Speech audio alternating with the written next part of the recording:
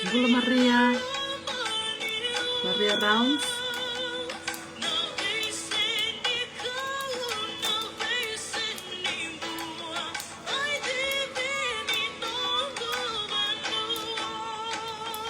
Bula Luke.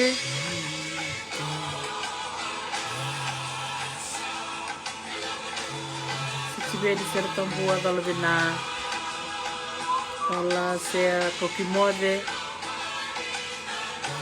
Kimode bakatao ang bula binaka.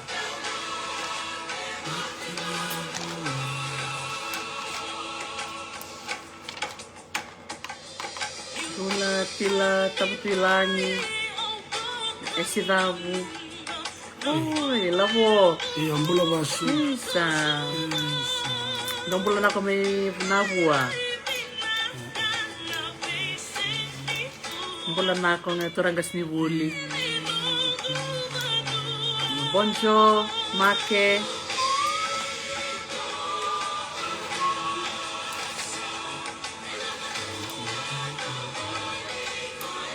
Bula anang kalulu.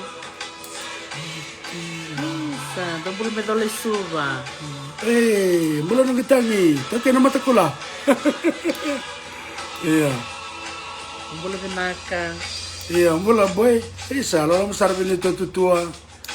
Lo mabinay. Iya.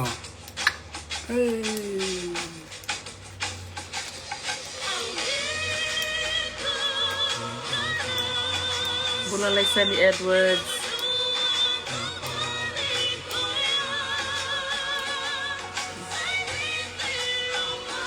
Leon.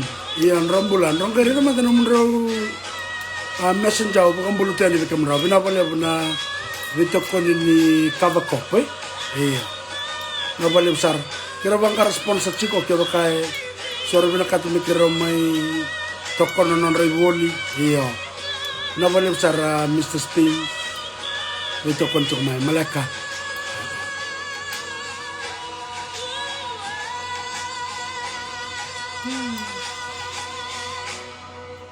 Bula ilaya sirandio. Kaya bang pulit ko may Lisbaga Recito. Oh, right. Ito na Sobi Basin. Iyo.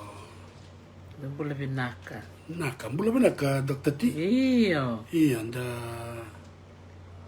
Bula binaka. Dotan na mo ni Madaw. Iya. Iya, naikaroon ni mo ni Madaw. Na bulay kilkili na isa na bakaturang. Pero na maanggali mayra. Arnayandra? Arnayandra. Saboy ro na Madaw. Nakabalib sarbi kim din na siya mati kumay. Ninto ba muri kumay na ibata-batang ko.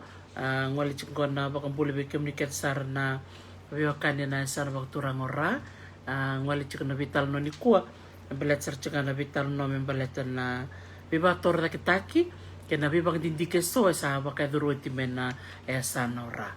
Di kwenta na vital na takachiko ilib sar na bibang dindi ke. Bakay duro na buku ni kena tangumaki na nonta yung bula. Doon ba naka... Ina po. De ochi na ono na kami ni kuwa sana sema mayo unuway polong gireti. Na nonta vital no taka na hulutangan ni bosa bakara. Entuan na... Nakambia ka enda bakasabuta ka na COVID-19 ka diwa. Lewu naka lenga yada na bese brura. Ia vekenda na toke me viti. Enda baka ngoy dumo angkar chuka na matentu. Ena buku ni lenga ni bula baka labu. Oe batake na sarban nua. Batake na ibuli me buli take me mbala na suka. Iyo ena sana kandua. Enda ratake na baka indua na viva kalong ngatataki. Ado vekenda na itoke ni tu saranga vekenda na iya umbula. Say kwa nangela kila na ninda buli na lesson na basic economics na form 3 and high school the three factors of production na labor na ngele and capital yo bertongo ndoro kaya na kene katul kwa kambi bichungo kwa nangela ko chuko weekend na toki Dr. T ni kabni ko ndoro na ba matalta kina ya umbula chuka na rosa ngabulu na tikina ngwa na sana ba turang ora Yambulongo yambula ena kauto me weekend na mbula. Enda na mbula baka ya sana. Enda na mbula baka tikina. Ena may mbula na leo nebusa. Ena may mbula na leo matangkali. Ena mbula na koro. Yana kena usut yana mbula matangana bawal. aurede kina na vika e koto mai na te mati wa sao sabule ko ni done ba sasibin done ba ya ni ngone vitalo te kene umbul ora chiko na lo maniro na sana sao chene sana na ronga na bosa pa te kene sana ba ni ngone ate kene na vitalo te kene umbul ba kasatunga na vitalo ta na kamakao na no wakan dikevu chiko na vitalo no ya ni la ko mane umbul ora te chiko ora te matanga na lebu ni business samai to yo te kirao na business pa ke toke na ngone di toke na te matengo romba te chiko ba sa na muni wakasam kina takti don seranga sermo do ya so nan rendre bango garan do basi ko so na be ka binakai nda kalonga te kino kendene tuke ni chiko nanda ngele tu binak tu nanda yombula enda ri sukalistale na koro tu mai kina na nanda itiko ke bakanda do ngol ba kawaso mai na koro na rara nanda sukaliswe ya ke bakasa dende kasatumbo ta ko ngoni sal kina kor tu na kena ngoni sala ren ba muri meron ni rakau na ngoni ira na makumbundra meron ngol tale na kor melekiti pak na non tangele ka rat pa kaya ngata katuma ta tuira ng tangkas kina nanda wasa na esa na ba turango ran to na kana wasa ta ko berto enta na reta na kina na beda kan karto sa ba ka dorti ko mai na lo mani bida na mbaki sa uti na be korkor na betikin na rato kay mbarabi chiko na rosa sang wala kanya sa nang orora ndare na sa na me bono lebu ndare na be no na sa ba turango law na law siske pe sa matarito luto talaga na kana tongo na sa no rai ko ya na usutu ko doktati ni be talano na yambula na ngele na kau na manumanu na sa na ba turango ora enda bakambula arna anda ber kena makanda ya sana bakaturanga mai viti kena be seburu na tikine rosang bulu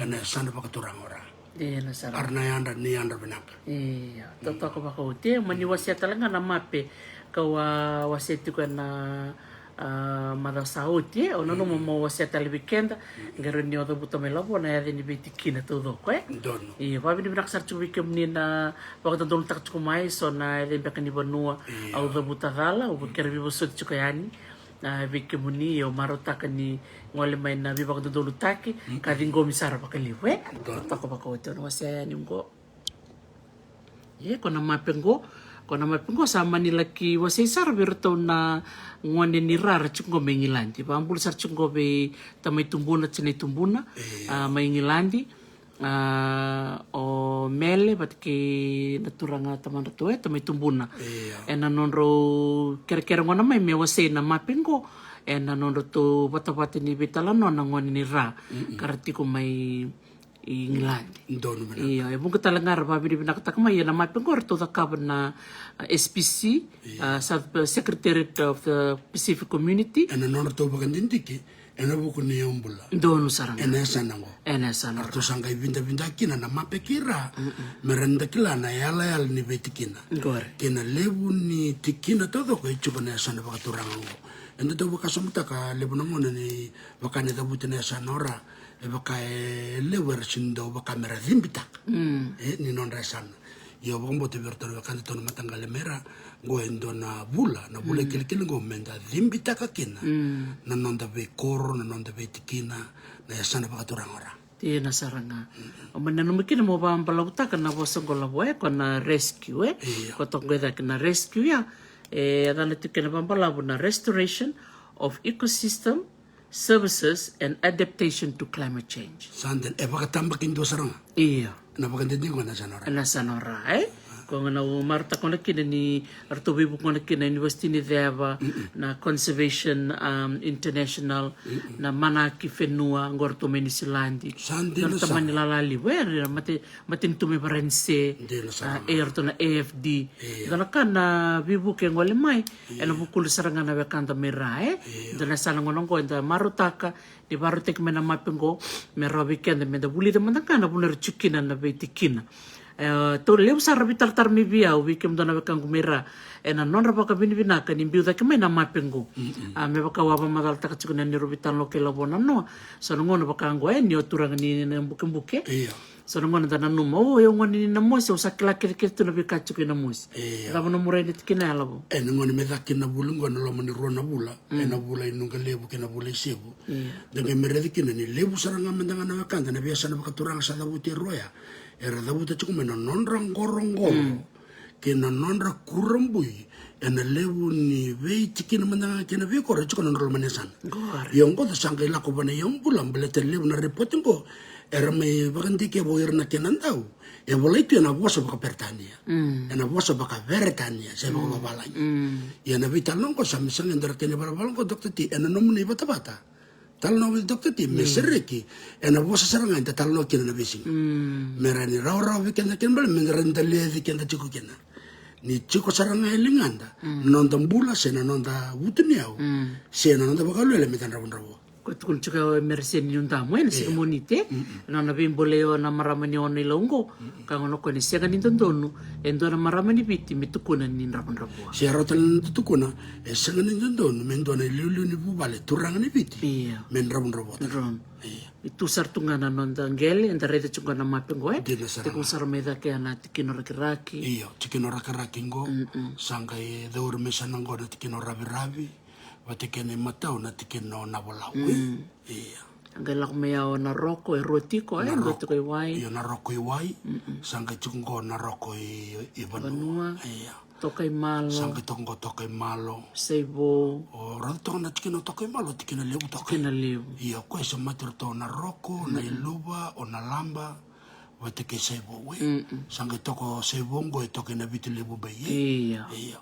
E ronga i sema bateni ke na tikino na vitile iya dare der tu mandangaya e bakar to korto na deba ni asana bakaturang ora orto na tikina idolo to mana boli ko ya boli ko sanga laksum mengo na iluba ona lamba ona lawa o mataso na kortum sandena ina kortum ko imbara mi ngone ngon sala ya tanga na bitile bengo sa ta ko sombo ba don saranga mala ya dene ne wen buka itele we iya sanga tongo na kortum ni busatra be kani o cha sanga tongo yo o kabula burawai burewai ne ala tana de kene sana tele we iya burevanua na koe lava me sotal me ke wan buka o nambamba lawaki o na sau iya sangaro samba tal ke na luba na lamba pati ke na lawa ke na lawa ndere seranga bakar to na lawa seranga ni wono na lamba pati ke na luba wuli ke no to ke malo na sau pati ke lawaki totok saranga ni dare na be tikine ke ngona sana bakturang ora ni dana ga vital no takani ko na tal no ni nonda ya umbula sa totok saranga baka utera ni de semate kin na be kai be bakurumbu itaki kunitiko na sanora dona katalanga kunia labo na sanora ore ngona kin ni ra tiko malewir talanga wir na India ana buku ni baka ngatek ningele ena tiba kini ndobu ia ga loreti ko ni sa ya ve sona visa ngo sona fika ni baka tindike baka dur na matinto viti ena vida na baksa oti sa lori ngone kene ni sa lebu na toke so ira na turang maraman ni sanora kenda na turang toke kena marami toke enda sa toso wala kane na korba ka babalai o ira na India sara toso mai ena Vanua sega ni korba babalai ena be korkor para bangga release back iya maramai banget tenggel ambe kan tunang boleh au ngandre benda vital no na tikina ya baleta na bimbi ni nonta pakai ngata kana nonta ngele kena bimbi ni nonta toro bakang bimbi na nonta yumbula saranda kamba ka be dokter tini randa ulah kamba ka mai sono bulai ni maramai kere na nonta ngele merlista ka menda vital no saranga ba bena menda raida na dabana na kina nona lisi vida na mbaki na nona lisi e vida na manda na lao era mai so machuko era bana lisi ni to manda na eka ya kona matangkali rai ba ya menda sa sanga menda sa mera la kumandanga mai sona lubeira era matanga le mera era vuli bina tu mera la kotala me bonon rabitiki non rabikor sera duru mena bosna sana mera mai baka sala sala be kedre to ken gele mera re dro na da bana bina ke baka sol na lisi senta sa baka nga taksanga na le matangali mental lisa nga na le matangali menta banga takana gele ken be bukitu me bukeno non da banga takana da yombol iya bate ando ngara batiti ke wa sarava o ngai bitan baka na ken link endo na kene baka matala mimbu ya ni na ken saluringo na the shift of population iya ni sarala baka kena itu ke sa lebu ni wili sa ngole mai na lom ni tauni sa na urban areas ya wira na India sa lebu sa tokian ya tal dona kawa re de matali serviao o menina numa meu saya ni kuwa ndo ngana kawa wili kana ndo na report kene karua anongurete chikoya na life expectancy life expectancy kona non rampalabu ni mbula ni ndo na tamata tamusakayan yang kay biu bakay wasi ni gender o ira naturanga bat kira maram ya na ken na wili ketiko na report ko ngerete kini ni boli chikini ni rambulang palabu tiko na maram me pintu tete ke bat kira naturanga ya talin total na fika era ninda vital nota ka birna wakanda ne sanora menda reden beka kina de rirai engan reden beka na wibu kembeka di tambana nimbula merangolene na bikorkore na non rambula na non tuturang lebih salataki abi baka salatak belati ni bunga nangon bikema mina marama ikema mito tubi mati sidona kai mosi bikema mito tolo na orang ni memela ko balimbula bikema mela kilurai kema baka salatak iando kango untuk reden baka bikem ni baka naturang lem baka nangon salin desar na tubi mati sada kai ko ni balimbula samber Wayangan do na kau rede tiko wasi rocho na kau na numuti ko matai na bito sea ke ni tamata tamsakayani na sanora ena kena sa libu tu kumpekar sangol limpekai wakai wili rambai libu era ngolene na koro waka babalai watake na non rambulan balabu na marama bebintu tetaki wat ker natura se era bina kadang baka tikorto na matangali na labona ta komera mera lako ena na maram ni kanda merle baka saltakir dono binak ena gabi sono re wakabi Arnayan. Iya. Sante.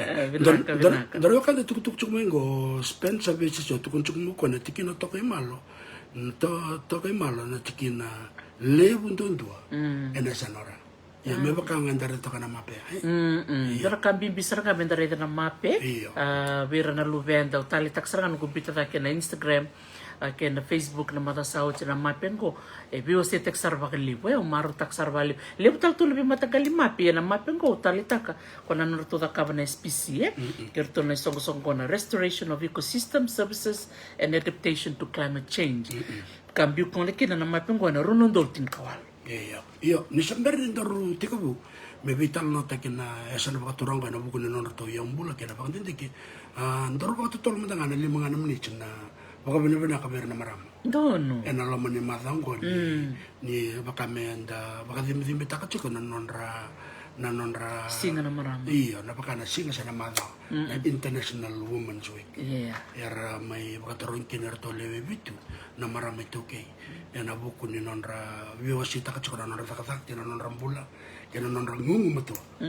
Ena ibata-batang ko. Bina wale bu Dr. Tina besuriti me baka lusar ngamen na maram ni ono lewe ya baka wati na sana baka turango ora o merseni ni undam iyo nakabale malo merseni na viva kung geti kana posa ni viva kalungang kataki o niwa siya may bikimami na warorong lele busara erbitar tarmay na turang marama na non marutak na posa ni viva kalungang kataki sule mo merseni na non da rede na non da dui talendi wako sibi kanda na marama ni soli mana talendi na lingan ta saranga andoro ni baka yang ataka na tuba sini kau na tali na tori salu baka talanga kina na baka sangka chamu kena bika tali tu itu baka boleh tikan dali bonangon baka enta do bina katambek nga nataka baka na bali bola se na litor baka na taka na kursa baka ruimbek iyo na marama ko siya ni buli binaka iya na non na numalista ko na sususu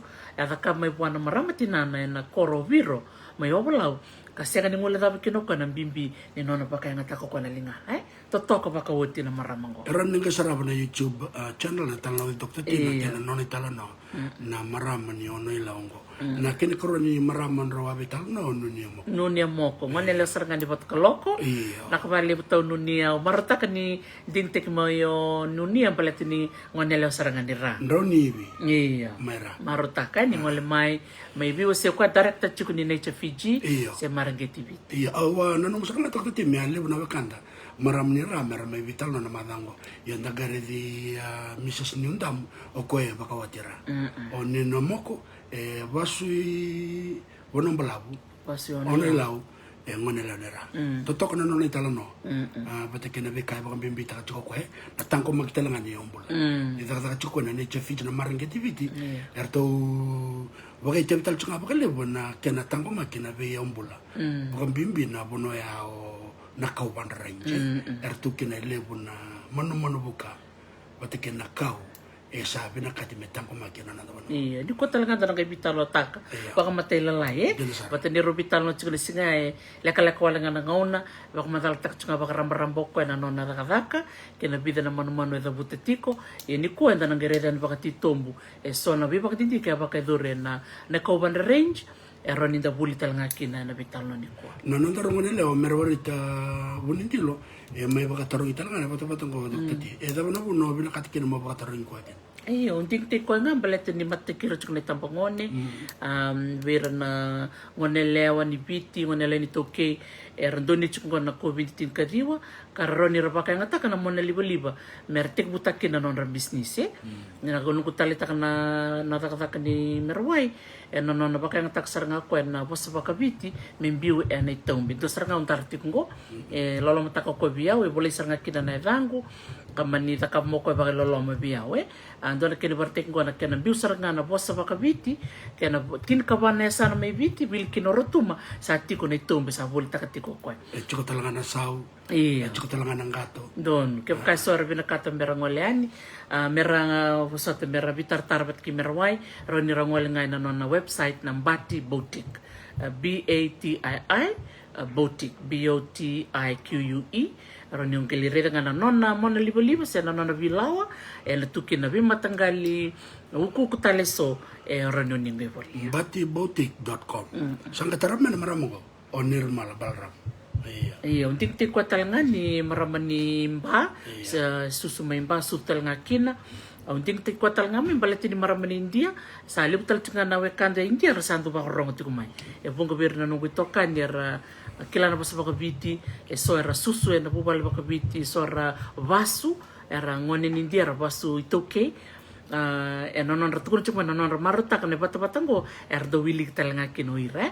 Salang kay sila nga baka malubir na katmatin katumba merang wal talaga merang may bakarong pabi ni merang kinbe nirmala may wasiyaw ko na non nataka baka conservata en na Lomani Museum en na Lomani bal ni umakaw tiko na non retabi na conservata ngo bikim ni naturangan maram ni barong chukumay o ire baka na bunuway o ire na bunuway ni yaw makaw.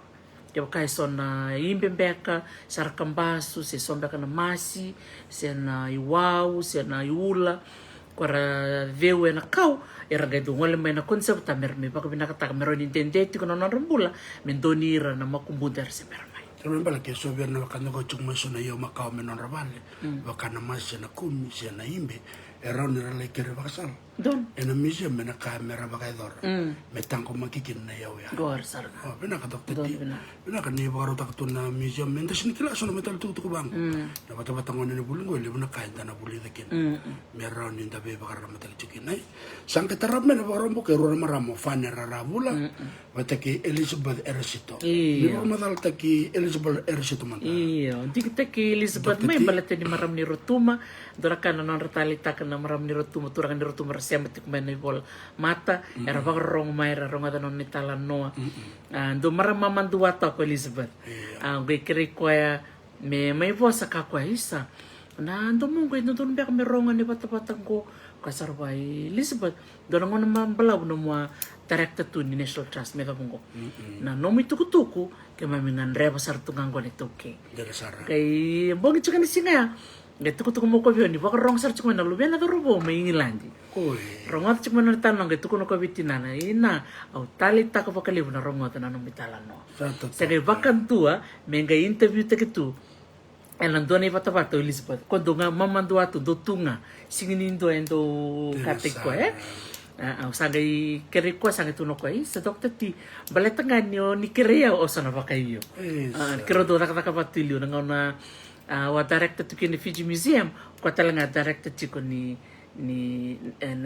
National Trust of Fiji. Dina sara utalita kanone talno ni kakwa ni o ko susunga merewanga ne lebi kendar borong cuma ne kabini ko ne besurubur sombe karando vitalno takto bunongo rewa rewanga kana da umbeda tuwe ya no maramango lesbade resito sa director sar ni National Trust of Fiji susunga merewanga nangona membasukina na vale tamba base tamba lima ya nambareki merewang torakana kena tarai Elizabeth resito beletenia susumekina non sakale lai rawatu no bulu meda bene sama da kada katu dunde tenangona ne kwa ndo mikla talanga ni head girl loko mi super grammar sandena super grammar school ngelista loko melingas ni bulta le super grammar school isa no ai Elizabeth resito no ai be kende kede na bekanda meretuma oni bito kontu mena no na bakatoronya na marama ndau daka marama mama ndua ya marama mama kutu o Elizabeth resito fanera rabula ya bakataro kita nga o bakasumta kay vitu to kana marama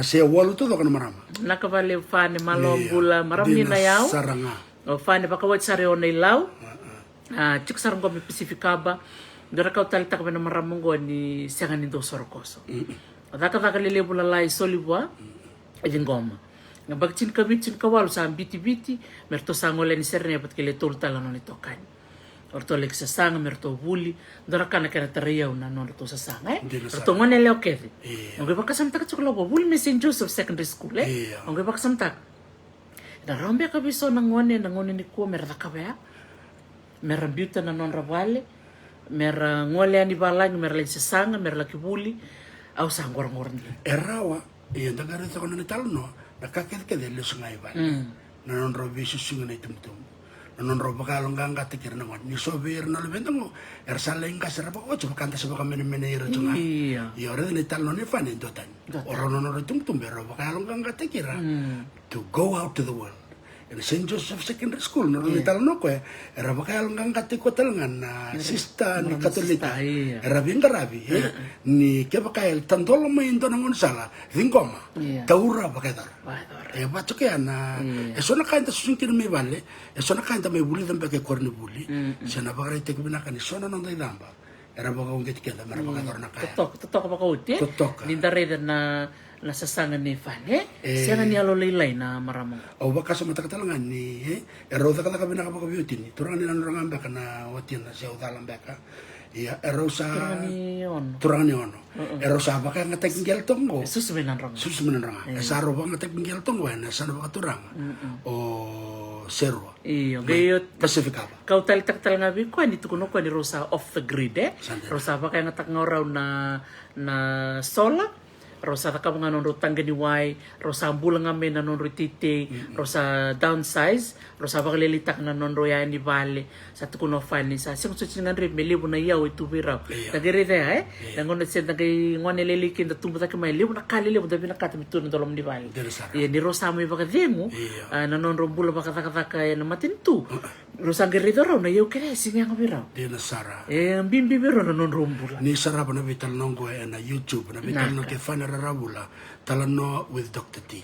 Do talanga na kaya o bakasumata ka na pakatulo araw bakadar na pechon ko or nararabula sa rawar so merende sa war so mbil liba sa war so na city rate nakaked konta so motor sa musuka live kede pero lembula off the grid bakasaranga ng bula tumanakoro yar saya lumato so na bakandar da ka binaka to rida randa da to non rengu yan na lebu ni kame so mi warai ni da karao yo bakarita ke binaka oro na vetinango din sa binak sarve kero parong chukumai fane rarabula bat ki solo malo ambula di nasara sangkay ucho ni maraman tudun mabitar no talang ano mani lenga bekan na biyaw liba ni vital no melambasa sama ni kenalawanga me sanga ta kana vital na ni ko en ona maramongo o merembul soba en dovier na ndurubes ni soba ni buli se menda ka ken na murbul na early childhood en lambasa branch ni ba madala mana do na saranga ba bi nak sarvali bu be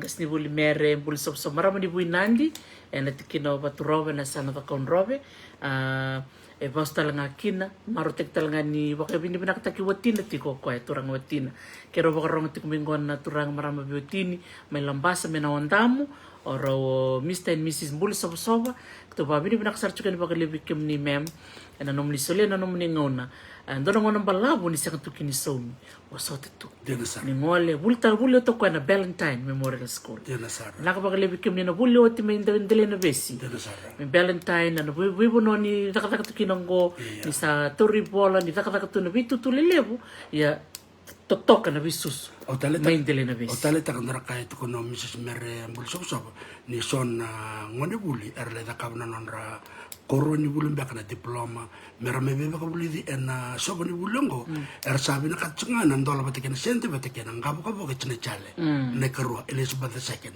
nandola sangke tuko no kobira biso taka na mnirai me kambimbi na no mnilo mani nangoni bakatauto batanongoni me vuma ilo mamu ve muri na sente na siline kabinaka kwa nako na ulnitui kambimbi me liwir na lalai liwir na ngone sana ngai binaka main na bengara na sana totok andin sandena ni ocho vital na ngwan ndan ngai sama ke polo gerti ena vital na ena buku ni bosa sana bakaturang ora ni bosa tin balaw ni robo madal ko binaka ber na maramongo sa tosar na vital no ni ko tati na yombula ni asana bakaturang ora bidone tukutuke dambe to komengo ento ya boto chomengo na bakanda ko o sele tangibuni turang ni boto koloko tukun tok mo ko sendua non ututi ni project before the government ka kona AFD funded na buku ni bitoko ni matentu implemented by CI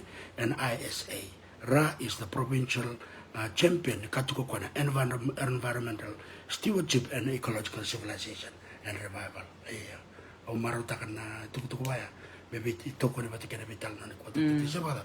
Na boleh tahu.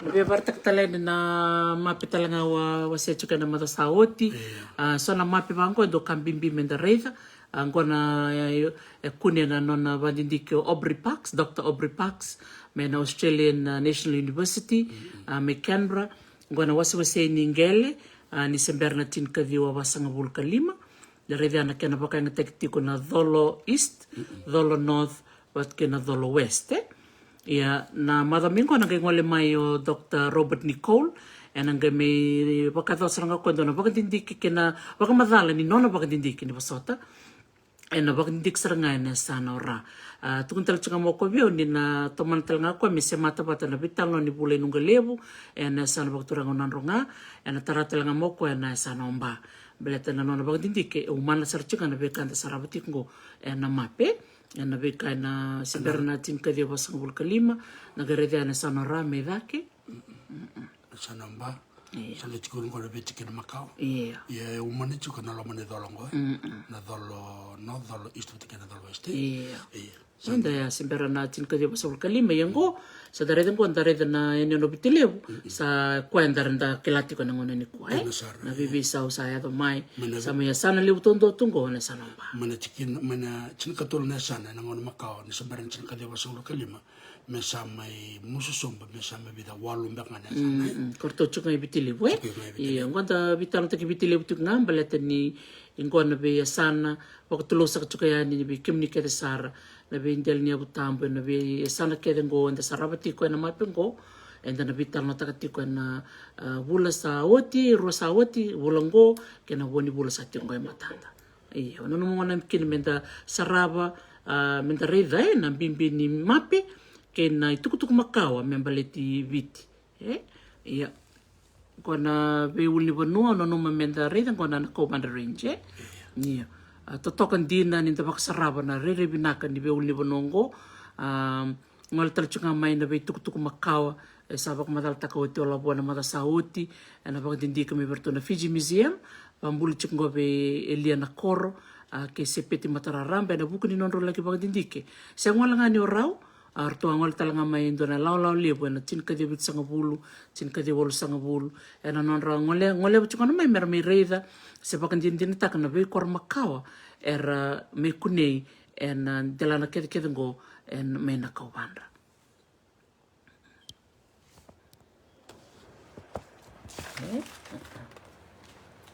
Iya, naka baka levo. Iya, na buku ni be baka dinti ke roda kaba, na buku ni ngona yo mbule na bital na takani kuai, na saraba mandayani na be kau, na be sini kau, era kele ni rakune nga na sanora, baka talanga kina na be manu buka. O te asan kali o te ni na ngoleani ina watuira. Na ngoleani wasawasa, mentala kiredi kina na nonto taka bata Epida na sana vai, sana ra, te levo, wil tanga kina na sana umbua, bate ke maduata. Na nono tongan reba, ke na sana tanga lo mai biti. Na nono to sanga merto tango maka, na wase ni wasa ya, na batuira. Ngai raka ngona dona baka tindi kengo, ngai tukuni ni dona sini Kongo, la kala chuko baka pertania na degeneria. Kongo dona na kau tukuni ni babundu sara ngai kune en bese bitin tukuni na Kongo ngole mendo ni laula na tinka vio basanga bulkarua kartu ngai me kune na Kongo kune nga en sanorano baka rita ka madani tamba sekan madale sombe ka bikim ni na sana reda mbeka na sini Kongo dai ngo bisar to ngai na nonda sitamba na sitambo o kotal chunga mendo na kena itambo reta na kena reribina Sandena tukuni na Kongo kune ene sana ora Sandena wow iya senga ni okido ko iya ndo tena matangali iya ndo tena matangali iseni kau klana bibera matangali batatu na wild orchid mbeka iya biba kurumbe tekmona ni dareda na totoka ni be yombula ene sanora ka bimbi ngona kene weekend menda tango maka ana non de umbula ia ni simber ni dala ki tango maka non de umbula ka bimbi manda menda kila to manda ili ka bimbi sergango bira na lubenda kerna makumbunda mer kila ni be kango kile teni kina na sanora na bilang man ni bulingo Dr. T enda na saraba na kila ni bekango kuntondonga na sana bakatora na kaubandra na kaubandra range bina kalar sale lewa ndina to doko mbulu bina ka chone ki atere tingali amurudolo bina totokan jina ninta ga misaraba na ninta ga takaba nonda baka dindike taga rede ngora kina na bimbi ni bitar la takini nonda umbula ida bana totokan ni seni Kongo mbulu bina ka berto na presidente na wakando ratu chosaya Rayawa na TGA warang no boleh binakakai boleh binak matanggal totokan din na Dr. T ando baka sumatakan na so na bi matanggali sini Kaubangko ni bakani kita ucuk menalaman ito kita ando lako baka lebo na bi uli ni bono lebo bato matanga may kormas masang na malyo mandanga ni bono ita kachikin na takatak may waisoy siya na bi uli bono baka buli-bulita tanda ular redi kene so na sini kau nda sembara bakan dona redi iya rambula tu na be ul ni banua dia na sarang na buna sin lako na tamatai bang kona kene reden ko sa matali ya sarang iya ida sarapa iya totokan din na sini Kongo iya totokan din tanggai reda na rere binakan be ka na ngole mai na buni wai ni kau buni wai ni be manu eranga me da kaba na bakan ndi keranga me reda oi karimbani sona bi Kaubangko kuninga na sona bi banua e ndagere kinu kona sanora tiko kine sona ka bi ba kurumbitaki ukla ke baka sombe karana ngai siama tiko mai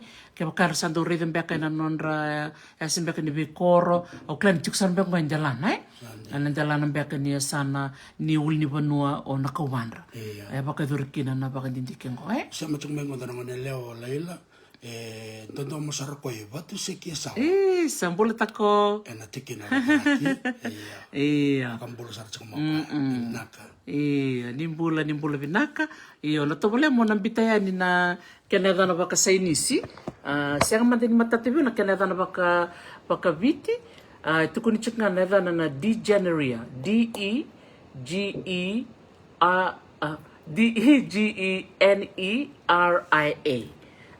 Degeneria. Ito kunin ni rato chiko na oi na wuvale na magnolia. Na magnolia. Klani bunga beka biki muni o ni kilambeka na kauya na magnolia. Sa do kililibu chiko. Kongo endoveira na wuvale ni magnolia. Ito kunin ngona na degeneria vakayada vendo na turangango o auto digena. Sangay vakayada ni buwan na kaungo. O kaya ngande may nakawanda na tinikagyo basa nga bulkarua. Gala kirede kinokwa na sinikongo. Gay tukunong kwa na sinikongo sang tanirede nito na pano. Sangay vakayada ni buwan. Bubali lebu na bubali ko na magnolia. This is one of it, one of the family. The species tukunini endemic to Fiji but found in Ra. Ya, nung do news na nung guweka may Ra. Aranayandra. Totok Iya. Sambil talangay naman da stamba. Post Fiji do totok ko na post Fiji na ngone liwe. Do biumay na manu na sinikaw na ika na daka na tanong ko na lase. Do biumay menda buli dake na bikambali tiketa. Iya. Ngondo don sa kami sambil na to curriculum na tamataka ni buli. Dia sono kanda mera na bono baka batu kaloko. Iya. Cukup baka na kena baka tuki. Iya, gor saranga. Don baka na kila. Iya, nakena iba madal ngone ya, eleno asirubatu, kuning ngone na genus of the flowering flower ni magnolia ngo kuning ivy endemic to Fiji. Totokan din Vidital na kau ito kunin ni kuning na bibono may nakauwanra vital ni tamba o kota chikumingo mo sayani ando tala matagali kaungo o nabitsuga na dana baka sainisi balatango ni ambiu ngame na kena report o nono mo mbita yani ando na wilik mo na mela wada kinita budabuchi Neosomitra integrifoliola. Iya, dan serang baka sainisi baka latina beka. Dotal na kau kuning may na uli bono may nakawandra. Sanden, bakatal na bulbul ni rocket. Iyo. Na mboro. Iyo. Kay musubi mama. Iyo, bakato na kena sena ya. Nanraw na kwato ka sa namatao. Sanden. Kausal, Iyo. Bakato na bulbul ni CV. Iyo. Ni relilitu, rere sambe ka bikim ni o cloud tosele. Tangi buni ni ndole dambuka. Se ndole baka sawa kasi mana lo taon do ba sawa kasi. Wala buwan na ngayanggar. Sunda ni kamera kay.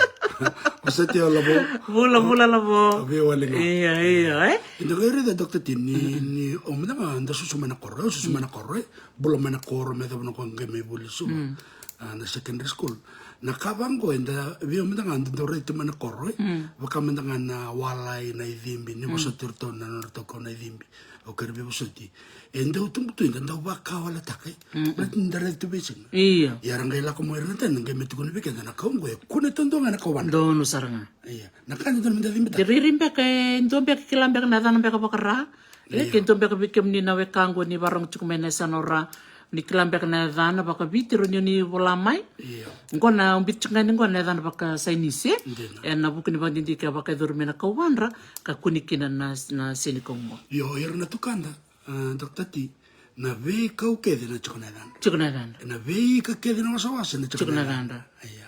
Kan banambal enandu ena kila na dana baka. Ndo na kila. Iya. Kachuma dana bakara. Don. Wa ndo talanggo. Wa. Iya. Ano bang karatalman sa talan na bibonongo? Iya. Oh, ingo. Abasota. Iya. Klasa bikim din sa nakila. Namboto ni Viti. Boto ni Viti. Nambotong ko Dr. T. Iya. Awa. Ngo talaga kuni talaga may nakawanda. Iya, napakantindi kay wili batsunga napakantindi kaya ni ni Rosa Mabula na baksaoti. Saya likina nambotong. Iya. Extinte. Grand frog. Iya, naposa mababalanya. Basta ba na mo si? Oh iya, sanga pas mandabang bakara sa extinct ko ya. Iya. Iya, sanga ilida katal na pakadintikin na veito kay tua ni nakauban range. Sanga ikunikin ni mbula chukyan ang batong. Kwa sabak ko tekikina, mesa tangko makin na dakaul ni Bonoya me tangko makin Iya. Kalau kini nda sarapati ko na bitamba kiren ko Wikem dona wekango na sana pagturangora gosaro ni witak sarangana vital noa. Ena vuku ni mbosin tikino klambo sine sana ena kena tangu makina te umbula ni kasaranga te saraba chikungo ena koto mai lebu na biba kolonga tatake na nonta banua kena no mundo sana saranga pagturangora ena maro no ni mo ke borong chukmani ko ni kasaranga no to sasanga chukana marangi te vite nature feature mer tangu makina matanga le iyo ngotale satale tamba ni mboto batangaya do tukuni chukana Fiji tree frog sena Platymantus vitiensis kona vitiensis do tukuni chukana kena ba sainista kena na vitie ya tongo no to brand na WW iya der to sa chukutalanga kena na kena bagai labuta ke metango maki iya do bina Karleni lia iyo nandreli iya ya chukana kena ila ndreli iya na dana beketo na ula iya didi na ila ni banua dito na kena ila ia bener to mena mosimeri na ula balati nindo ula rina rindo erika ia keto rina ia kito rindo sana bana ronga kito lambo iya ula ia dare de ngono ngoi ndo wama bini binak chubi kem ni na sema tiku mai no itaka ni itali taka na vital na ngol chuka ningo alu rimanda ni tamba vital mbaka etik ya oke kompek ngaya lebu tali chuko nang to boleh mono sayani iyo lebu sarna ka enda na vital na takani ko beleta na yombula chuko tala nga mono buka nang wasani bikemuni iya eso tala nga kandara nana maki chuko maniko me vital no taksona tuk makao baletira etiko sona tal no enang kai sema ya ni na madamengo iya na vital no ni ngono ba koloni na vital no ni ilako mena kaubanra na vital no ke unre ena be tekina sana be matin tu benua ena bagai dar chukar madamengo na be mamani ba me sema batatiko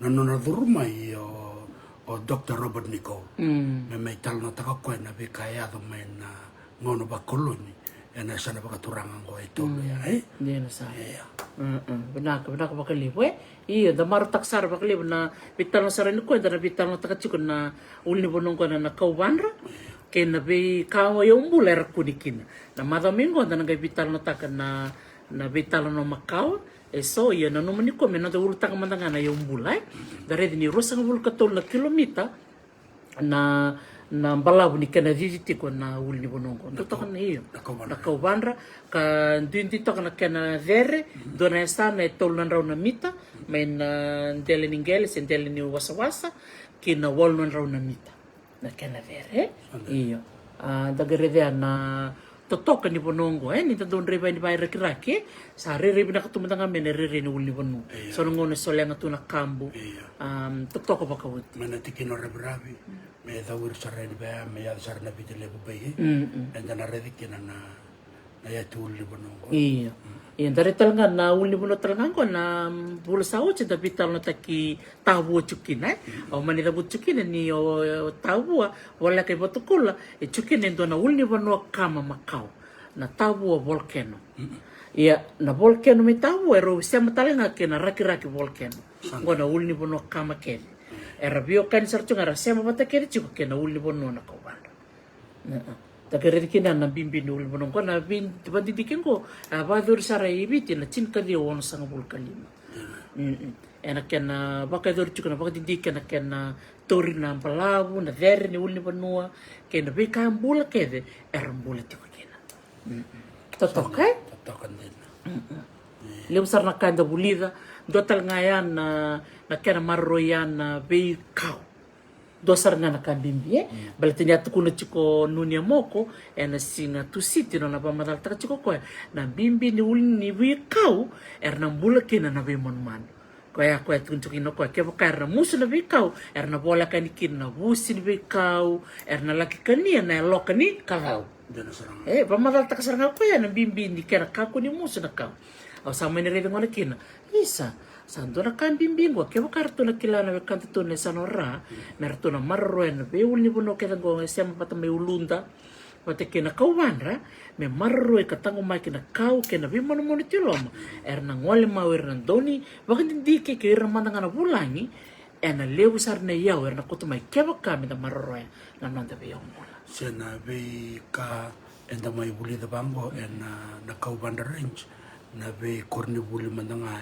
chuko bola kata na chuko abo ke amairan tor mandanga na primary school kena soba ni buli masate ko bore te kabir na tamba ni sona kau kena boto kena ya umbul bango masate ko bore kilana kena bimbi dia na sarana ni kena tangmaki na buli te ko busaranga maira iya sanga india over na tumutum barangay basal te ko bore kilana kena bimbi nangay mber na buli ko tumana matentu sa kilara cho kana wan esa nora ni umbulongo e kuninga bekinto dia na sarana me baka mai na mo si doktor ti tu sanga la kena baka dindiki na bukan daka daka me wosoi sanga le kunikine sona mbembe sona mbada sona matangalingata sanga baka ntoni kuntal na robono chukunga ne chukuchuka baka saranga ko mena ko na range belatin ni tapane takau ulni buno balaber sana tualita kapalabu era marroi bata chukina na be yombul bangoy dia na sarana o tani taktalgan dra kartu sa takapchunga na provincial council sa lebu saranga non rapa kabuli na be turang ni kor na bulir ta kapasa tak saranga na whiteboard na PowerPoint sarandam saranga bakan na bule balli bul me ngar lay vida tuna singa non rata kata na be bal ni san mera bakabuli ia au nu takna na be bakabuli dia mera la na kor na be turang ni kor mera lay kilatal nga na kor na kena bakan jauh takkan itu dia na sarana iya na bimbing kena tang makena be ka ba o baka sa taktal chunga na katu kuno fane rarabula sing barumbuka non tu chuko ko na non rosale off the grid baka beautini belatin di robina katu mero baka lelita kana non ro carbon footprint to na bosa bimbia non tu kuno ko to reduce our carbon footprint ia na kasa ito chuko mena sanora na kena sa baka do tal chuko na reforestation meta te ko mertita le na vikau ko sar musu na vida na embak sautiani baleta ngona me vakaliu takatale na dhangin bulambula kena nonra sangay na be manu kena be yombula mera pakumbula italmai da kasar chunga na reforestation na Kaubanda Range ni ba matal takon tamen iya bola chukina ni nangele amena yang garaveli esa ono na itiko senda kambia ka ono na kora na vida na tikina ya erasa sanga mertango makai rono ndolu wallan rauna yaka mesa takatalakina na nasari ni tekau na tekau mo na kausar nga bakay tauki meron na labita ka na Kongo melay titale na punoya mayangara kina na Kaubanda Range meron ni bakang bulong-bulong takital na kina tango makina puno na bukuni kina tiba kilistal na kau na kau kwe kila yitu nga na nanda puno na ngoneliwe nanda kuwa nanda manu na yasi na yaka na kau keda nga niwe kau merlay bakang bulong-bulong merlay titale dia na sarana dia na tudo Drakaya utale tako batakin na tukun ko menarun dulu cun kapa sa nabi songko ko bang matal taka juga ersa taka taka pata juga na bata katalang ko na tomoni reserve kindale koro project e ko buto juga cun kalim non dulu tol non rauneka batakin na basang bulneka e na bunoya bakandale koro me satang ko maki me ramarro kina na be yaum bula bakang ko sampai to na raya ore de nira la komai na be songko cukup batu bir na raya cukup talanga me bir na kena na makala na ilabo rasanga me tak dapat kena to kinengele me raya na to kinengele ni kena tang mengwen ndo naka na kena tang ma kena kaka na food security bata kena non ra bakai labo ta kitalanga na bebu bale na non raya me bagai dori na tak tak apa sangola na tak tak ndo nembaki menarun nondol cun kawa baka sama tak cukup sorte usar sorte usar na rondol ka diwa iya satos cukup me tak cukup continuously ke kau ni ba madalang ya lo na runon dol ka diwa ando na ba dindi kerto da kaba na Morrison bat ke na wanra na nondo reportero ke ba madal tak cukup kina ko na sanora ko na Kaubanda Range bat ke na Yangara Range erto sangai ba dindi ngona kina sangai tukunin sangan rebi me da ngona kina do na biodiversity rapid assessment program sandena ena kena ba kay dori na ba dindi kaya ena ronan dol kadiwa sangai kuni ngona kina nirto kunya 500 rosa nga bulu ora da buta tayo 500 rosa nga bulu na be manu ke na be kau na be umbula kunei ena sanora dobir to nan reli kwa na boto ni viti sa tukun chiko ni sa rona sang bulan bek sawati sa tukun ni sa yali sa sang ni kunen na mboti ni vitsenrel gar to ngol tal mena mapakti dik na rona dol kadiwa kartu kunen na mboti ni viti en do verto na limanan ra rosa ngabul na confirm species kongo sang wala nga ni species nga kunen nga ngo rare and endangered so rare sa dakilanga ni sang ni kunen bakawasma na endangered kaya kasahel ni matakan dua sahel bakan dua ya baka sa mata kamatokat na bimbi ni kato ko na chungor kaya baka mengai kutaritaki se talaraki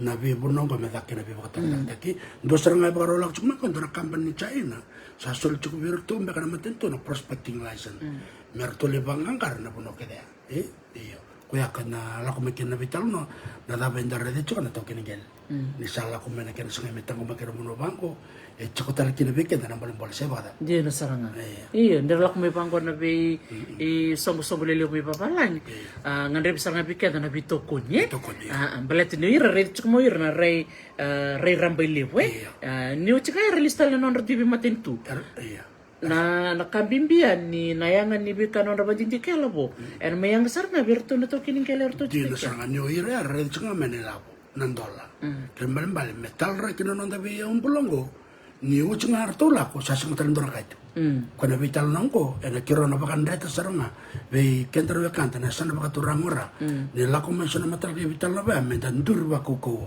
menda be wasa ke vete kiro na matentu menda to kon ver na matentu wawa manda kimdo si ndo la ko tensar me kito sa sangam na me kito tangomak na nito yombol dia sar iya mena yombol ya dari te chuka na botini viti gon men dari manda na bi monu buka arto ngol mikini songo na Bird Life International arto gare ngol kine wasanga vulkaono na bi manu e viti erto kunia ena sanora kambimbi ngol kine me tangomaki o irna bi monu ko sar characteristic chuko mera vulnerable se threatened ko ya nyana viva el gangata ke obesule ken ver na kanda mira na bimbi ni kana bakuli sitel me na bi cow so reforestation is the key process belet ke bakasya na non rabale na bi monu bukongo erna sya ni ngole me na monu buka kimbal me tira na cow me tumbo dak mel tumbo lele na cow erna ngai ngole me na bi monu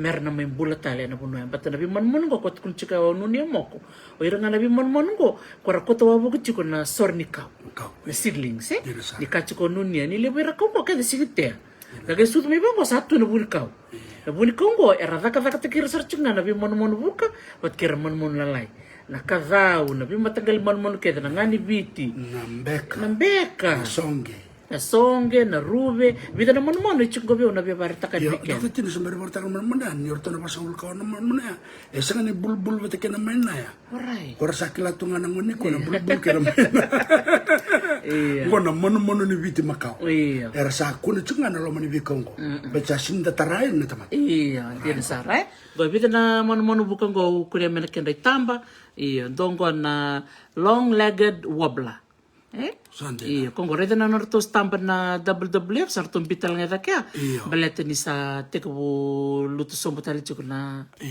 luto sombo tali chiko na ken rewili iya se merto sanga me taka bate ke kenda na leno mono na ken tango maki tapa bini na ken berto na post Fiji ena norto baka nga taka chiko na stamba bakango menda wili ko menda reda iya ke baka chiko bike munio ni kila na dan rabaka biti ni gaibita mai o klabu ngendo to ni buka bike muni muni sakila do talengo kongo na black-faced shrikebill black-faced shrikebill kongo ngere na kena dan rabaka biti go na kiro na kiro na manu go daga baka samta do na manua ni matibole wai adana chuna kiro ukla ba den sarbe nga bena mon go iya tukun tal chunga ni kuni saranga bakale bena uli bono na kaubandra wil tal chunga kino go don me sara buli saranga kino bi korni buli ena sana matanga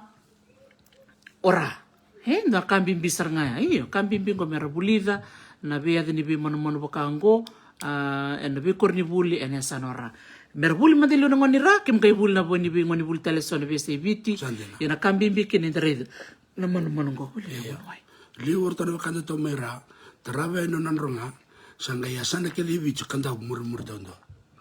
Mur sar kandau. Sandon wikemni. Sana baka abandon.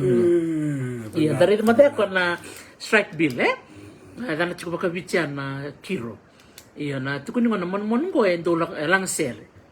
Man dolang ser. Kelas baka wikemni rere non to mon baka mera. O klai tenam baka se soprano. Pwede baka mera. Kana kakando was me kandau. Iya nakian nanti. Iya kakami kantau ya bos. Kung ko langser. Iya nakian nanti ya. Oh benak tak minta langser rong benak. Mena lewu ni bos Iya. Reda mayra orto no mon langser. Iya. Menda rong man ke kain dombe ke katon na ser de mon go. Benak menda may rong man tan ngon Don. Kena rong benak. Don saranga mon ko kun baka levutal nga may American Samoa. Kanjena. Kun tal nga may tonga. Iya da marau eviti ni kun saranga may ena uli banua o nakawanda. Nagarit kinungo na black-faced strike bill siya na kiro. Tukunin ni endemic. Endemic. Kimbalan na tanong pakandaw ya. Kuna nga eviti. Endemic to Fiji. Tukun talaga ni kuni talaga may overlaw. May tabi uni. May banua levu. May kandaw ya. Orto ba nga ira. Sando tayo nga matindulang siya. Dolang ser iya. Tukun nanto mo na baka nanto mo ni keyboard. Na church organ. Iya. Sa kacok mengo api kursi. Iya. Iya. Nakabali mo na sa nora. Tos chika na nadawuli. Nagalit ka nang gwanin da maruta ka na. Nabi mo banggo. Sabi kita to nabi o kanya nung gutaw may rani. Ni kalungata. Ni kalungata sa rito rabi mo ribe nakabanggo. Iya. Nantotal katol-tal mo naman. Ano nung mentawas siya. Konggo ko na rubi. Kwanda talo takachiko na ngunanda talo takachiko na sa nomba. Tukuni talaga may koreanito. Ndo tukuni ko na rubi ngondo mamandua. Mamandua ching nga may koreanito. Simagala kung mayra. May mamandua ching nga si oray labo da mo nanom. Isa ngayon ni salang serya kembalokon ko na bibia mekembek. Totok Berarti ni ko ni cukup may koreanito na baro ko na sa naturang ba. Ni sala ko may ra. Kailangan kaya kain to salang ser. Endo me meki merau. Visa. Iya. Oy Congo. Iya, Congo. Congo na ground down. Iya. Dot kuning bali may tonga matinisinga. Kuni talaga may koreanito. Yang gortong ibang garean nirtong alen bayay nakoban. Orto ridi kini kumikina na rubengo. Sandua na. Totok Tuku rong bena. Iya. Sandena. Totok kasar ngayon dari ko na ground up ito kunin ni shy. Very shy. Ising madal kaya soli mandabando ng besen niyang ko na may kandaw. O chibakando na manduango. Enaroning gingira. Iya. Me lore na kana yang gona chendo talaka. Warung cukup ngocon tinggal. Iya. So. Kalian ko tala. Ano ka sandang karon nakakanya sa nguno ba? Iya. Kalian mga isul ba mon wango sa kosa. Red. Yang kau di kantau, ngulu bina kana weni mati. Arna yan ra, bisin vital na tecungo kantau, vital na tecungo ra. Iko na bakaro tutuing te ko. Iya. Sa ngandro ka tali tekin na doktor tini, sa wala nga ni may korean itu. Dapat ka sumuta ka na be to kay to may korean. Era sema tu, iyo, era tango makin. Na buna na lang chukong ngakin, ba sindan tama tapos ngayon. Iya. Baka talang ngakin na kawan ra. Iya. Niratura, weletura, marautu. Kaya sabi ba ka mentali basa ngayon. Di na saranga. Dan bitiro sartunga, mermarau tu. Rata kaptu na non ritabi. Iya, Kongo kona kena ko kuna me na kawanra, kona kuna talanga me tonga. Iya, may nanuma mo bari taktalin ko so talen na botalen ni be manumano. Kona manumano batanga na rubi ko kuna me tonga. Redan ko? Datun chika na friendly ground down.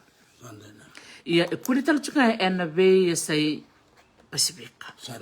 Gondongo kuna me tonga. Da marota ka nirto me tonga orto marota chika na norto rube. Kerker me ka kuni sanga me le barbecue taki. Menda mararo ka kuni lo wiri. Akasar chika nuni na singa.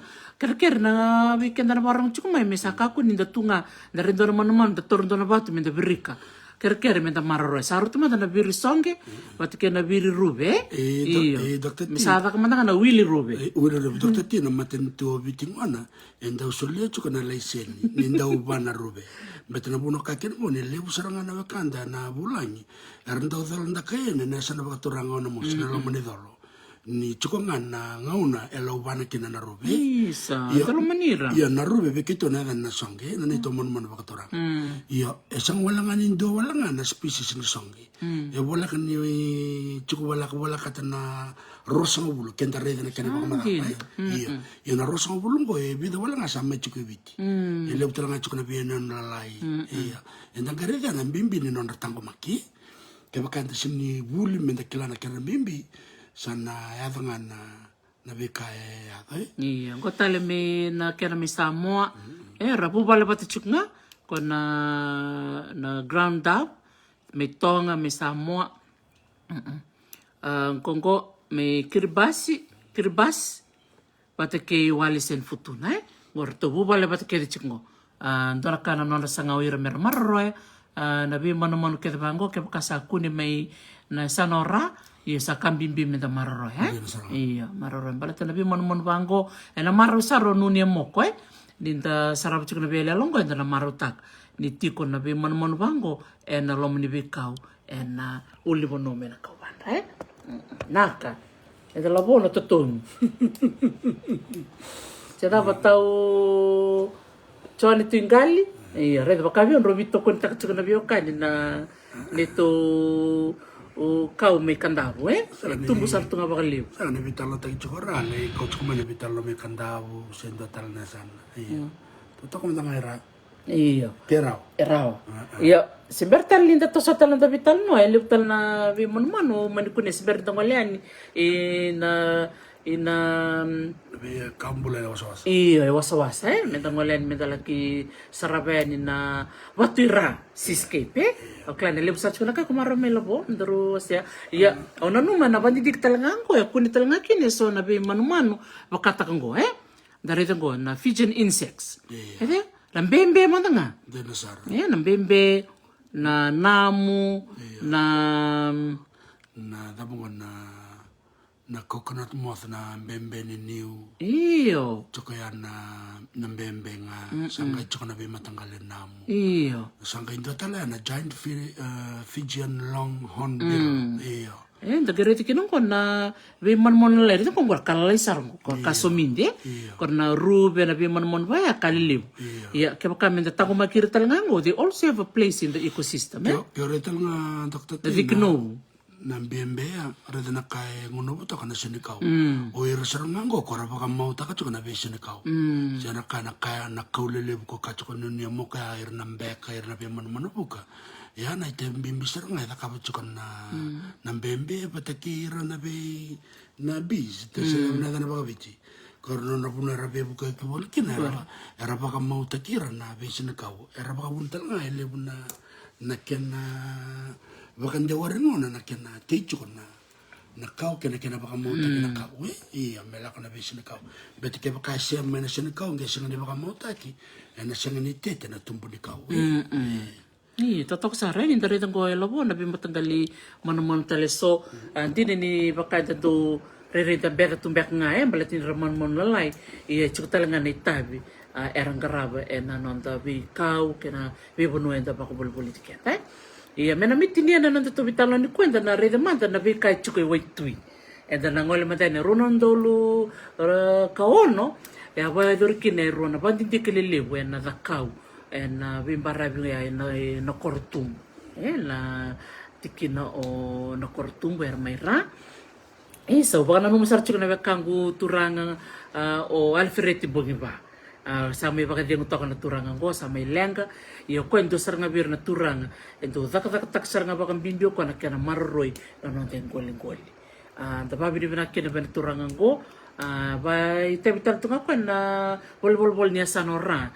ando ngon balagando tuilio ko na tamata kituki ando luta ka chokon na program na chinkaliu via sanga bulka ba di sob kalim di sob kono na eveni mati na laloya na do bata program so masar nga na matin tu ia ta maruta kala turanga ngol berti bongi ba ena nona bibuke ena ngona ya saga ta mena ngono ngo saga miloriki na bimbi ni kena marro ina nonte ngoli hello bo le usar na kai kunikina na be matanggali kau era tumbu to lomoni wai ka bimbi talngaki na tu kuningone ni na dhoni waitui makana lasi iyo na dhoni waitui tu kunjuga limna kena be matanggali kune eviti ka ngai lorengo na ni vida ngora kuni sarchunga en vimbara be na korto iyo vida kina na seagrass balata na dhoni waitui yang talanga bernaika ni bernaika kana talchunga impachin wenda kereta mana vital ni kuwa vital te kuchukuni ya umbula mena uli bono na kaubandra kota so me bena mbara bena kortumbu kau te sareani na batu rapes rambo ile bundi kada mendra batu rapes na kana kali vai tamer ndana mapi ngo ono be barta kamanda ni tamba ni do minta reta ngo bida na mape tiko ngo totokan dina ni saraba o kle bunga be ke muni ni sando bakete mbeka na bakatindike ni beka ya umbula bakango ngo na ndona matangali do dhoni wasawasa iyo rado bakadar na kena bandiko ira na scientist mbeka ena non rongole ni namboti ni waitui klau ke delina ndo ngole ni waitui ena na rede tungo dan butuka na bibono ndo ngole ni kini wai ia vera na kena buni wai o na kena ndau tu nandu ya tanda tu na kay baka sumta talanga doktor na basic science and tabulida na secondary school na form na nga siya na form tolu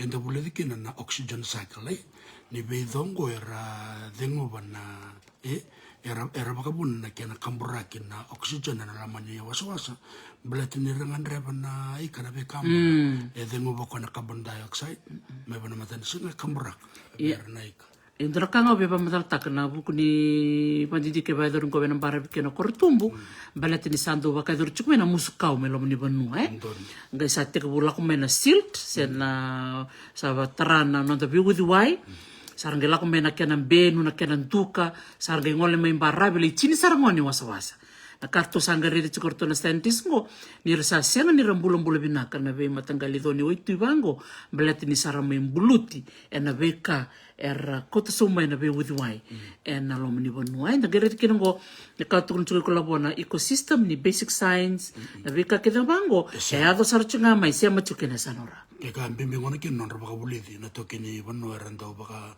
balena kaubaya iyo dir klach kona karata kapchumi bonua ena le chini barabi na senada na biketu mikanda na chini sawana iya ni barabi serangango poti ko buchukina non rambula na be kambula na waiti nakabale ba kisi Ellison mbulu binaka kisi klasi ya masarchingo me serne atukun chukuma kisi rere na mbembe ngami kandavu ko buka ngami kandavu sanga metu era isa binaka bakali binaka tau na mbembe ngami kandavu binaka bale akisi Ellison iya ndo bangana kena biokania ngongona na watira seascape na gereta ngona bibono kede umana na bonongo na project ngo totoko bakauti ngoleni vai mbua lomebiti telebu batakera ndondina na bono binang ko ndoni chukini chin kadiwa na undolu 1 round na square kilometers na bono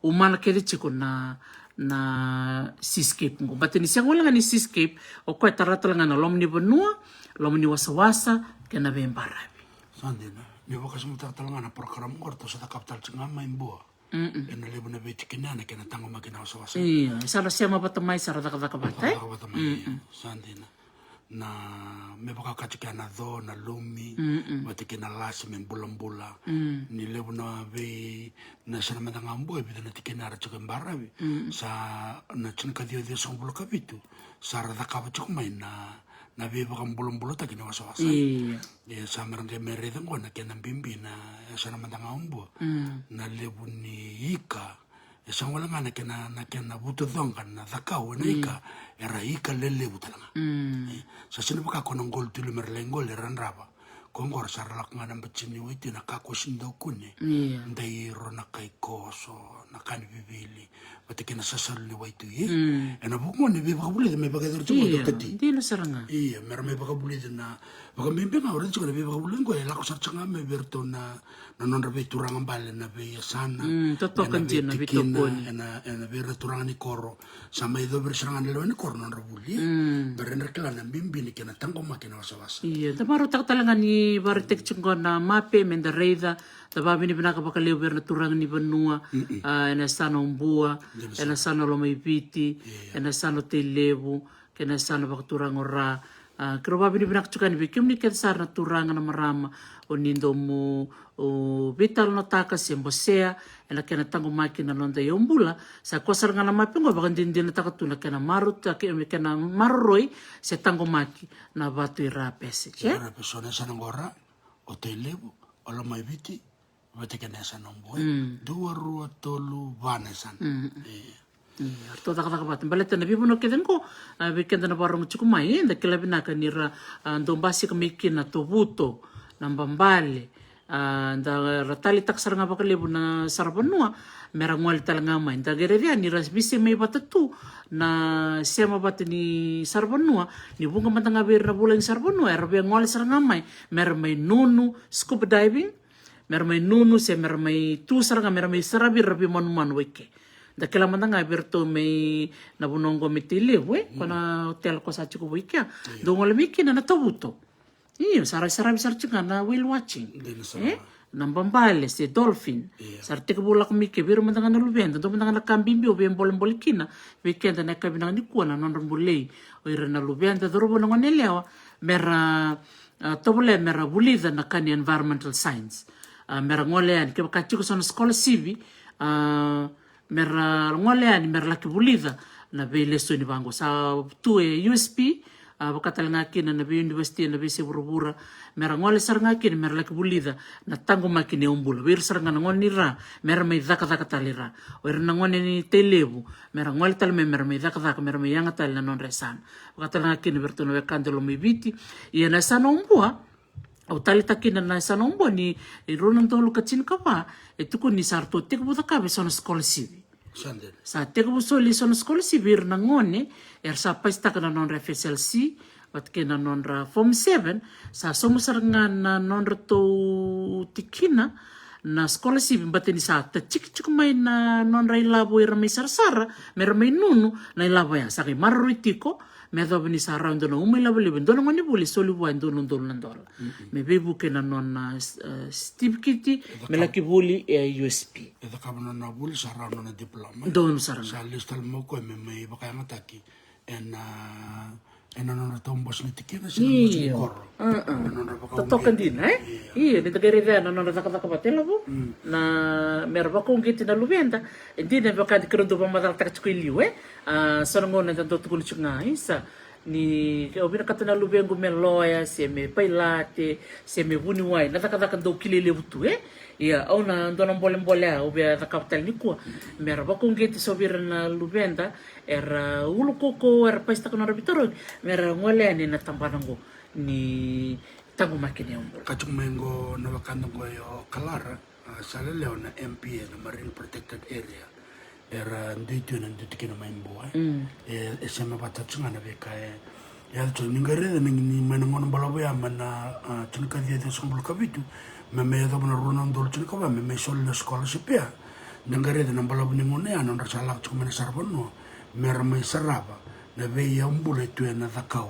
ni veti kena ya membo era mai sule tukun dara kene ba madalani rosang bul kalima nandolam beka ne labar ndo masule sanga ndo waso ne labongo ke ndo na chikini laba bi mama beka la kumbeka na scholarship me sole ena tikina o ko e baka dor chokina na non tango makere bunango ko sanga sole kene bana daro boya misale rawata meno na diploma ena batala ke dara chikiana ya santala ngora rusam kitele kuni batu rapes ko tukuna kuna chukuna tobuto e duru chuma ilo mana tobuto meramai baka sudu meramai kana dia nasaranga dare de matangaya na na bibu kasaya na scholarship ya sa musar chunga mena non relabo na misarsar sa ngwali chunga na scholarship ya sa ni bibu kasaranga mera sombir me beka irasiakan dirawatan scholarship lele sa ni rakam sanga non restivi kiti en university ni dia Yang tatala na kauran chunga tambay ato tati berto na tikina main buaya katalanga kina verna kanamera na sautu ni wasawasa na ika era rawat kina non bula rang koli bunai karabolita mera talanga kina non bule bubale dia na saranga ela katala mayana kina tangumaki na nanda yung bulay dia na inda garega ni rosia mabata chiko na Vatira Conservation Park bata kena na Mena Marine Park Reserve may kumbulau may mbua totokan din ba madal chiko bina kabale bu esala le kutu kun chiko mo ka verto may rewa ya ni do ni waitu ya na bebutia rando la may kinaika mer may kana kina non ravale saranga serbono era bulakin totok bina kabale bu esala kutu vera na do ni barapi bina kana be wase chiko mai na saranga mo Elson kisi Elson tu na mo ko bina kabale bina be bakarami iyo totok natal niyang bul nila mo nang una sa tandaw kawita nga pakaliw indara chiko lew na bato kadi sa makain da may bibal ta chiko tal chiko na history na kasahoti benak menda kila ya na yung bule kay mimbidaki ni kuwa menda tosen so inda bang ta kanon da kilka ni bono inda bumay kina menda may kilikenda menda ran da ka kindara kan da tanga makan da yung bula pati keno non da rai chiko ni na rabe na ngaber na leben di nasaranga bengo na samber mai Draka nga ubia tuman talaga na pamadalayan na Wildlife Conservation Society klan yun ni bekilang biaki so timya karto wait tabi chukungo nilibir ni sogo libong karang wal searchkin balang sorong wal searchkin go Amerika era taka bat saranga kirto na tikina na korto to taka bat talanga kirto na pol niya sana ngoy ba dur chukon ni seber na covid na rono dol til kalima sa may biundo na kena indaban tabo binaka merasara taka bat orto na bol niya sana kira to kiningele saranga totokan din ni dareda ni solilo stale na lewa veir sarchangan to kin ken saranga ni toki kembal bikin na barong chukumeni ko chuk saranga bikin na kenaki kaya kantangan rea weekend ni tam sakayani ngone ni kuwa ni dana numira na lubiante kira makumbunda misachi ko saranga weekend ni tuba men sa maroro na nanda yumbula ngonongo baka ni tamba sa parte chukayani na boto ni biti na kwa na rubea kwa na ground up iyo mena lebu ni pono ke vela bo rotini rona rosabulka bitu no dol na kilomita na ramba lebu ni pono lomo ni pono kina masawas toto kana pono lebu ka kuritel nga kine rotini donan raw rosanga bulu na plant species kunungwane ni kunenga na lomo ni pono ya ramana soasa so ando da na ngor ni lebu ni tutu por ken simtelato kami na na liman raw rosanga bulu na kaya may manumanu na kawanra ko endonan raw rosanga bulu labi matanggali kawai tumbutu yan boton solo kuritel nga kine rotini donan dolu na bi matanggalika na lomo matangani Vatira kona seascape ya kana sameta kana ba hindi kasangay kuningon kina na bi bono kaya donan raw rosanga bulu na bi matanggali kaw tolunan raw na bi matanggali lase era mbulikin na takaw kuni chuk nga na lomo ni Vatira seascape balati ni intro buti Vatira seascape chung galapo balati ni iduru chuk miki no na sanora ngona bula kera dara bital tak chik na bimbi ni non to dau na sanora na bital nongo wakatalanga kina na bi bonongwar kuni kina na bi matanggali giyo nagay kuni talanga kina na tobuto wakatalanga kina na wonu bata kina bambali tagarin kinunggon na vital nga nakaw bipa madaltak na vika kinunggo elo vital nga chukunggo elo vika na rechuko na fika man to naliriri muri iya na bipa kanindi keda ba dorunggo na buku ni sanora wakatal nga kina na sana na bunobiti ero ni kota chukumay na laman ni matintobiti bit sa ngabul karo na milyoni ng dola roti chukuni tol sa ngabul kalim na milyon ng dola na nilaban ni biti nandun na yung baki tol sa ngabul kalim na milyon nilaban ni Amerika bit sa ngabul karo na milyon nilaban ni biti dagay na tal sa nga dokti na bit ko ba mataltak chungwan ni nabe yung bulak ito ya era to ko na chunga na tinala ko may na wakana mana na to buto Iya. ke sa lore na sa tiko na kena kakana ena be bono baka ngona kena tanga maker na raran na rakuma mera mai kuna kakana Di na saranga. Kaya ito talang nakautali ta kaya loko na nung sa redira na be tiki na pagkatiki na korotumbu rito pita na sana tiki na may tilewe lo may biti bat kimpo sa artik buta kapatala nga na tambo. Sambi te so na puno ni ngol-ngol ya misa tambo tagari kita na yang ni tambo ni ndombiu na tambo na dona puno baka lebu taka ni wili-wili ni ka. Era lebu na lebu ni ka era lebu talaga na kendo wili-wili o ir talaga na lebu ni puno siang ni yao na puno merlakin. Na bitan nongko ya baka dur talaga menas te korona botin na sana serro. Sana serro. Dino saranga Balete di taka na tambo na ikar sana wala kamay.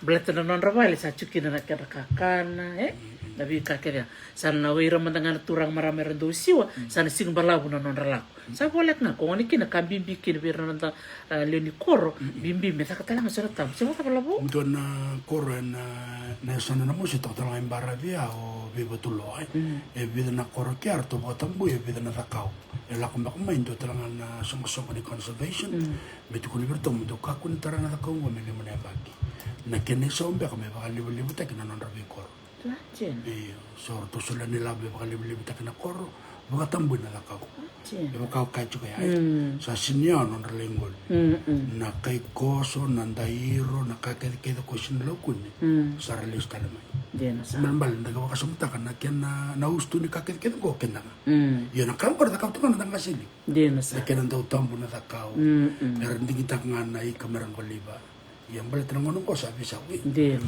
so na beturang ba ko sa raron rasul na lesa ni berto na turang India mesol la Ramengol rakauto ni karle voltak in total na sana me da raid na kana en rabi ni sa tambu me en rabi baka binaka me kakuni ndo me la come ba na mbung Ramengol libra la ko so tu kede ni ta me nangara we me rani tango makina kango be baka ataka ana buku ni kana naki Dia na sara isa. Sana may balak tsukuni tabo na nanda bitalan noa. Babi ni binaksar bali bikim ni na siya matikumay na bital no ni kuwa. Na nanda bital no taka na baya umbula. Na sana pagturang ora. Ni taka ni unitali taka na bital no ni kuwa. Ni otingango. Na nanggay bital no taka na bosa bakara. Sana siya mamikin no tako. Obunuwe bolongiretia. Ubia babi ni binaka be Rudy Lume. O koe do berto na policy advisor korto ala ki baka dor na baka dindike na runon dor tin kalimena sanora koe baka masters in development studies na university ni Deva kadak tanga kina baka libo koe na berto na IUCN na nono to program ni Oceania Regional Program and Mangrove Ecosystems for Climate Change Adaptations and Livelihoods. Dorakana nona bibu kina ngonelongo o Rudy Lume ke baka ndombe ka bikimuni kilei Rudy gasole nga bikona nonda baka binaka na nona bolana nona reporte rong binaka ena bukuni o ira na kante na sanora ena kena maroroi katango mai kena nona yombula sena batu ira seascape babini binak talanga berto na sanombua sano lomai biti kena sano telebu nirto dakaka bat kerto na kante na sanora babini binak taka bakali kanda ngole talanga ni bakon dono kena uli bono na kawanra kena be manuma merto talanga kena labo Tono muni boss ni si Bernabida pa na vital no? Ento ka nakamaka Dr. Tina, be imbarabia ni tikuwa mana tikina o rabi me wabuli tribuna rek me ade na vitile bubei bele ade na barabia na kortumbo na buno le sama kena na sana pakaturang tele bo tike wan buka na rei bin na kan imbarabi nuku bula kay wasa sa rei bin na iyo dora kaya o doka ninda lakuabo kena ngonsal na Queens Road menda sarab na ya wala nga imbara kundi bital na takachungol na ngona ya na uman ya sana le wara chukuna laman banu di na sa iya kweni ko bital na tik saranga baka chikin ko na ul ni buno mandanga na kawan pati kena kachu ko soasa na patira conservative siske ya ninda lakon na laman banu na buna to kay malo nagala ka maya may sebo na bigi bono kaya nagare na lewu tal na kai tu enda sanga nikela iyo bo mo to doktor tike baka tarana ngona ndara ngone baka tala memori siya baka mengo metu bena kana tu ke baka sanda la kana betikin tormana na la kana betikin de baka samata kana tikin ngona sana ora de rosa bulu ke na tikin dala kana betikin me tanga vital na kana be ka kana betikin iya sanandua na tamani be baka along ka titombo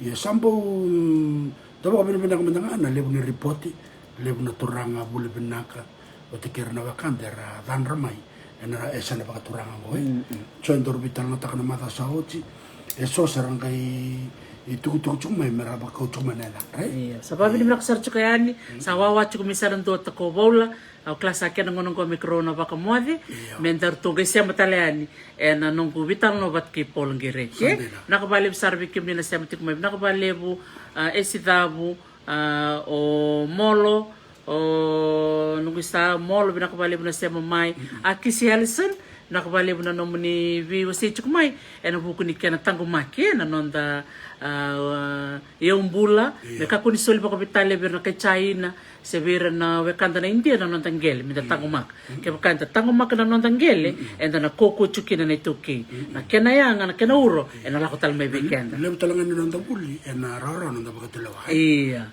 o takobola o ngerti sawa tuk masanando muning kain dewang iya nakabali ni manda na kesota ni sarandua arna yandra naka